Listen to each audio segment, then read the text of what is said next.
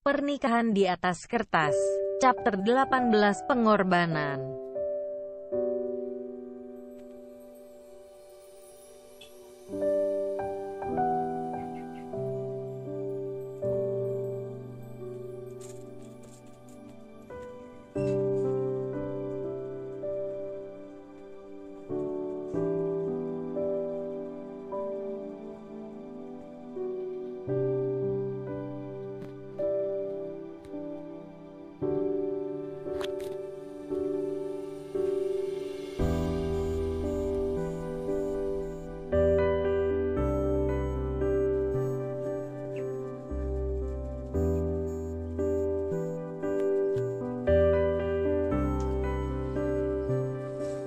Kamu tanya dia gak apa alasan sebenarnya dari ucapan dia itu, kenapa dia mau kalian selesai?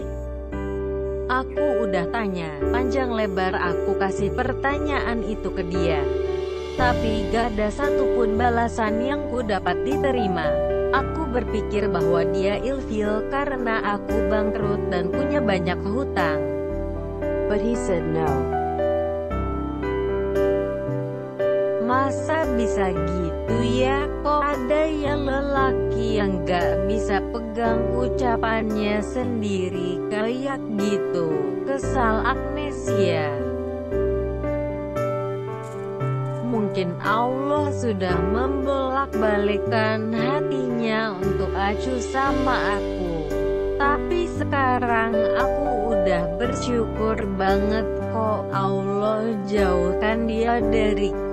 Itu artinya memang bukan dia lelaki terbaik yang Allah siapkan untukku. Mendengar ucapan sang sahabat yang begitu tegar, Agnesia terdiam. Ia memandangi Senja dari ujung rambut sampai ke bawah kaki.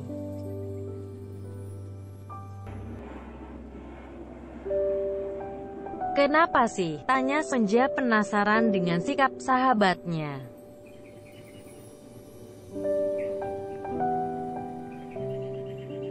Kamu masih kenapa kan? Aku lagi gak ngomong sama malaikat baik hati kan?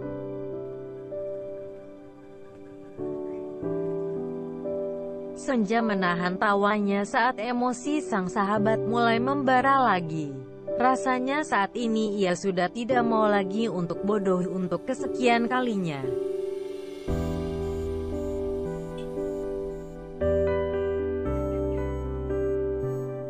Senja, I'm serious.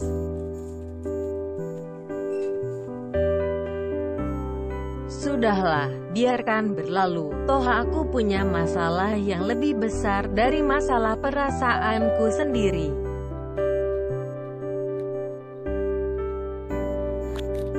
Kembali, Senja teringat akan masalahnya yang tak kunjung usai.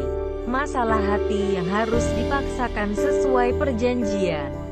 Masalah perasaan yang harus diwajibkan untuk selalu bertentangan dengan apa yang ia lakukan. Masalah hati kan juga besar, Senja.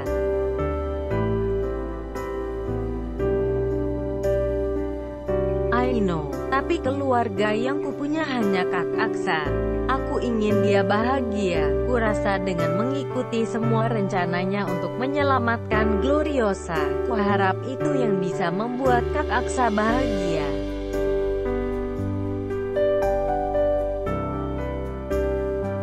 Meskipun mengorbankan perasaanmu sendiri untuk dilukai. Senja menganggukkan kepalanya perlahan. Sudah terlalu banyak pengorbanan yang diberikan sang kakak terhadap dirinya.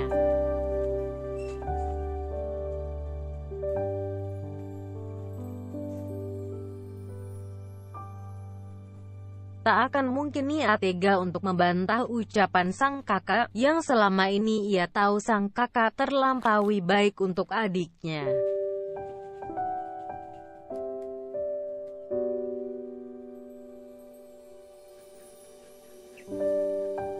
Wait, Baik, aku harus menetralkan emosiku yang mulai berkobar-kobar ini, seru Agnesia sambil mengambil jus mangga yang dibawakan Bina.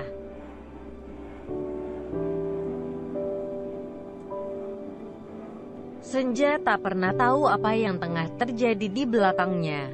Yang ia tahu hanyalah apa yang ada di hadapannya, meskipun itu salah dan sulit untuk dilewati.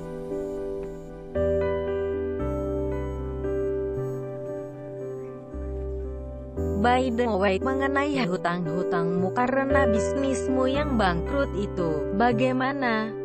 Kamu sudah melunasinya?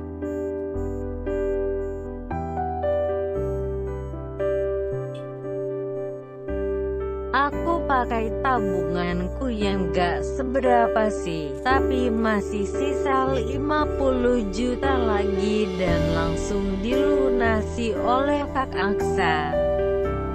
Kak Aksa tahu kamu bangkrut. Tadinya tidak, karena aku tak ingin orang tuaku dan Kak Aksa akan memandangku bahwa aku tak bisa memimpin bisnis sendiri. Tapi saat itu saat lounge bareng Kak Aksa, 2 orang debt collector menghampiriku dan menagih hutangku di depan Kak Aksa. Senja bercerita sambil mengingat-ingat kejadian memalukan itu. Tawanya seakan menyampaikan pada Agnesia bahwa saat itu adalah hal yang paling ingin ia lupakan seumur hidupnya.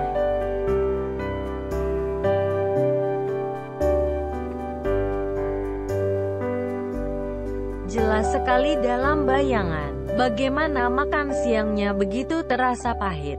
Saat meja restoran digebrak keras oleh kedua orang asing itu, seluruh mata pengunjung beralih pada mereka.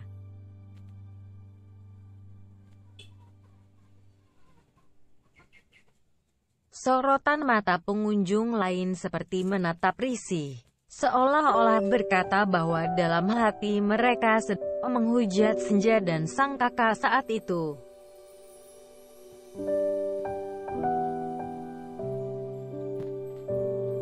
After that, Kak Aksa membayar seluruh hutang-hutangmu.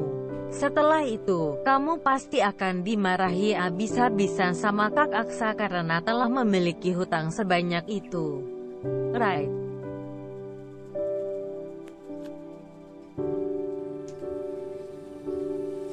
Exactly.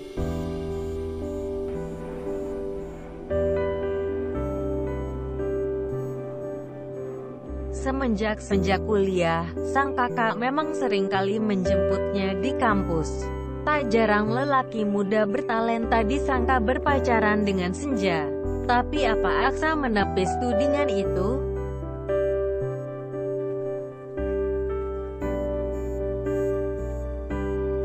Jawabannya, tidak sama sekali.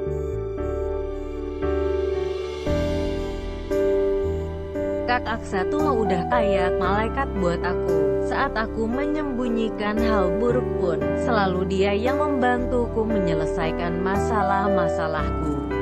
Aku sayang banget sama Kak Aksa. Wajar banget sih kalau kamu nurut banget sama Kak Aksa. Semua yang berhubungan sama kamu aja Kak Aksa selalu bantuin kan. At least kamu tahulah bagaimana caranya membalas budi.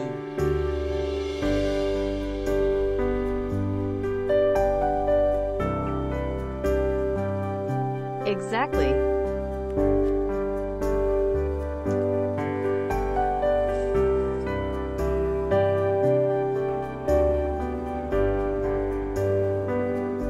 Pagi ini suara kicauan burung begitu menghiasi. Tetesan embun begitu menyejukkan udara yang sebelumnya terlampau kotor.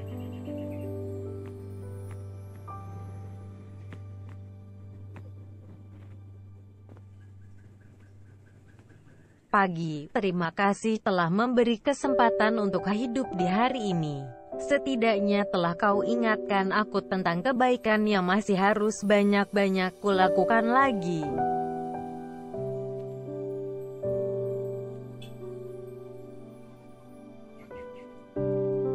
Di berbagai tempat sudah banyak orang lalu lalang dengan kesibukannya, berjalan menyusuri tempat tujuan mereka masing-masing. Dengan harapan penuh, mereka bisa menyelesaikan masalah di hari ini dengan sangat baik.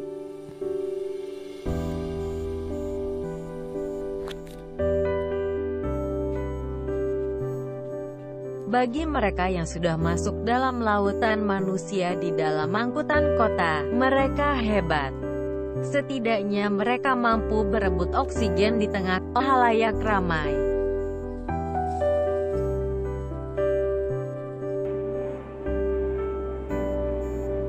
Berbeda dengan mereka yang masih berdiam diri di rumah, membiarkan waktu berputar cepat agar waktu yang mereka tunggu cepat sampai. Menghabiskan masa dengan pikiran-pikiran yang tak begitu sulit.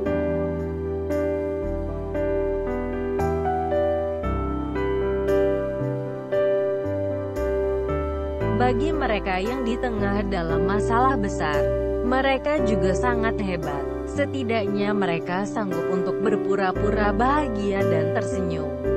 Apalagi di saat banyak hal dan pihak yang semakin menekan mereka.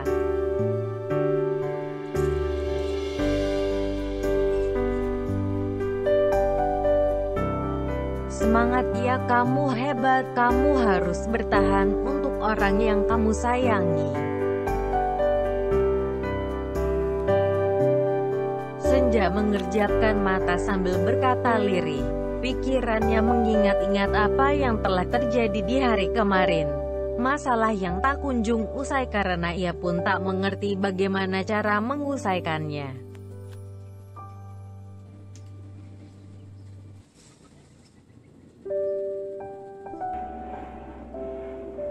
Setidaknya aku hebat karena sudah cukup bertahan di 2 bulan pernikahan ini.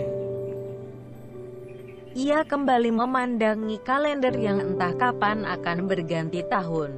Rasanya ingin sekali ia berpindah di tahun berikutnya.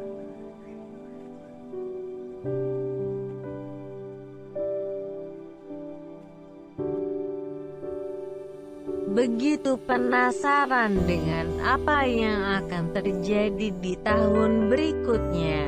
Apakah ia akan tetap menjadi nyonya murung di rumah mewah itu atau akan segera kembali pada orang yang sudah ia sayangi sejak dulu. Senja menapaki anak tangga perlahan.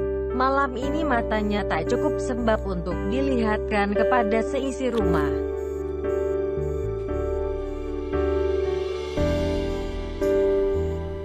Dilihatnya sang sahabat yang sudah menempati meja makan beserta hidangan buatannya.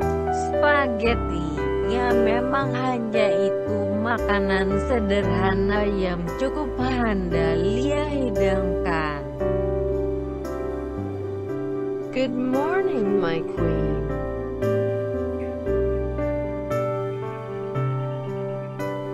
Pagi-pagi buta udah nyiapin makanan juga.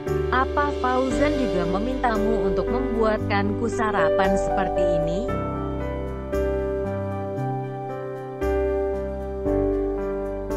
No, tapi kangen banget saat membuatkanmu spaghetti ini. Ingat saat kuliah dulu, bukan? Tanya Agnesia sambil mengambilkan sepiring spaghetti itu untuk Senja.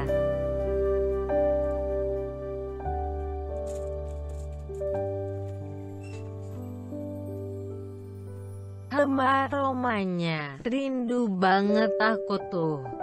Agnesia tertawa kecil saat melihat sahabatnya juga merindukan masakannya. Makanan yang tak begitu istimewa tapi setidaknya dihidangkan oleh orang yang teristimewa.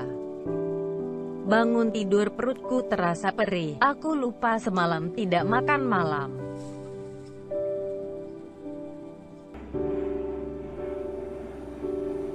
Itu salahmu, semalam sudah ku ajak untuk dinner di luar, tapi kamu menolakkan, ucap Senja kesal.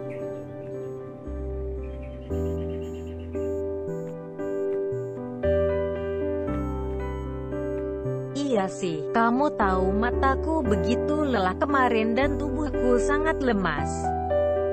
Ini semua gara-gara ceritamu tentang makhluk tak kasat mata itu yang membuat seluruh urat syarafku berseteru dan bergejolak dengan emosi yang membara.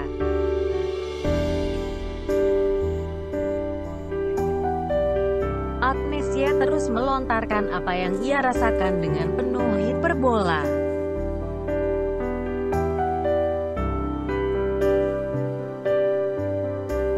Lebihlah kamu yang minta aku cerita semuanya kan? Masih baik aku tak lagi mengeluarkan air mataku untuk dia kan?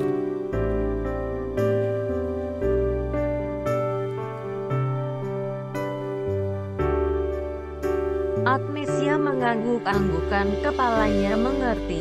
Mengingat masa lalu untuk diceritakan kembali memang tak mudah.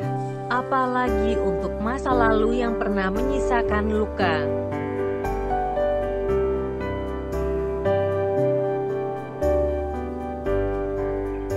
Oh iya, kamu lihat Fauzan gak? Aku gak ketemu dia pagi ini. Memang kamu gak tidur sama suamimu itu semalam?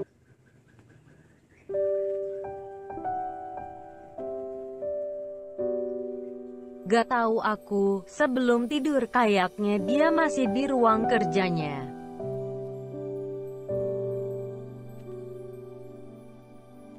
Senja menjawab sambil terus menikmati sarapan buatan sahabatnya.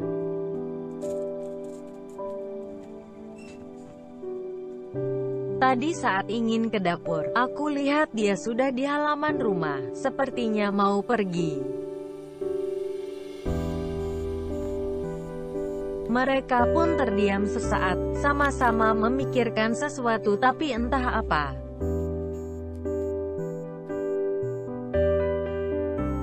Oh iya, bukannya Fauzan kemarin bilang mau ada urusan ke Dubai ya selama 2-3 minggu. Maka dari itu aku di sini untuk temani kamu.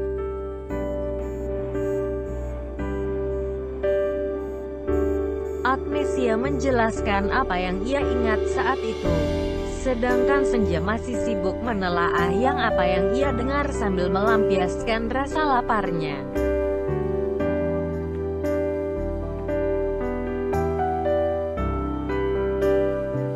Oh iya, iya kali.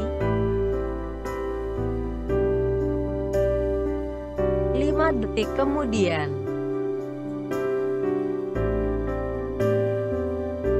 Senja mulai teringat akan sesuatu yang ia sangat tunggu-tunggu tapi harus tertahan lagi.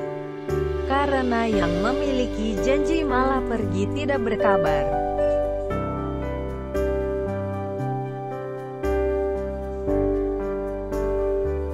Ya ampun, Fauzan kan kemarin janji akan memberikanku perjanjian itu dengan syarat aku harus jadi istri yang baik.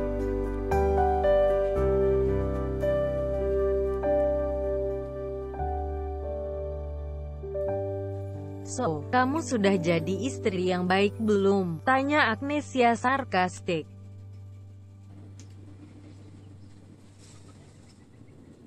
Jadi istri yang baik itu gampang, tinggal ikutin aja kemauan dia. Apa yang sulit itu adalah apakah hati sang istri bisa menurutinya dengan ikhlas atau tidak.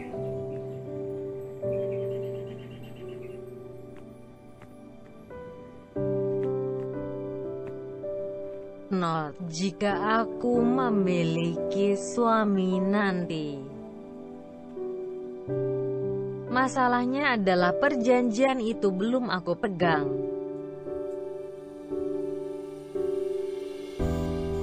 Kalau dia belum memberikan perjanjian itu padamu, itu berarti kamu belum menjadi istri yang baik untuknya, Senja. Apa Fauzan bilang seperti itu padamu?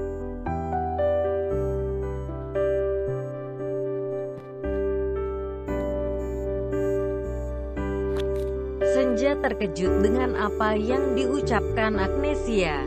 opininya membuat Senja pesimis untuk bisa mendapatkan perjanjian itu.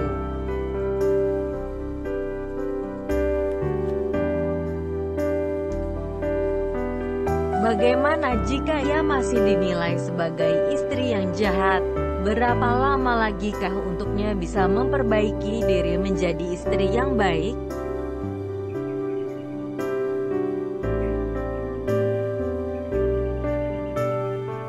Tentu tidak, hanya pendapatku saja.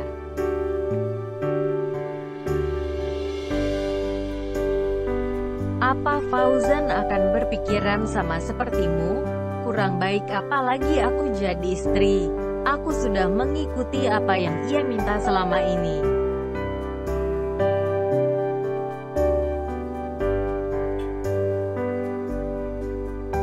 Agnesia menaikkan kedua alisnya. Ia begitu heran dengan sikap Senja. Sejak kapan sahabatnya itu peduli dengan tuan besar di rumah ini?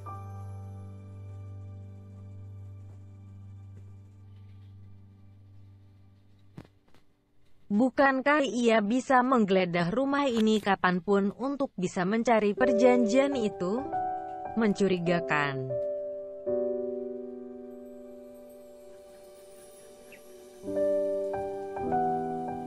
Do you love him?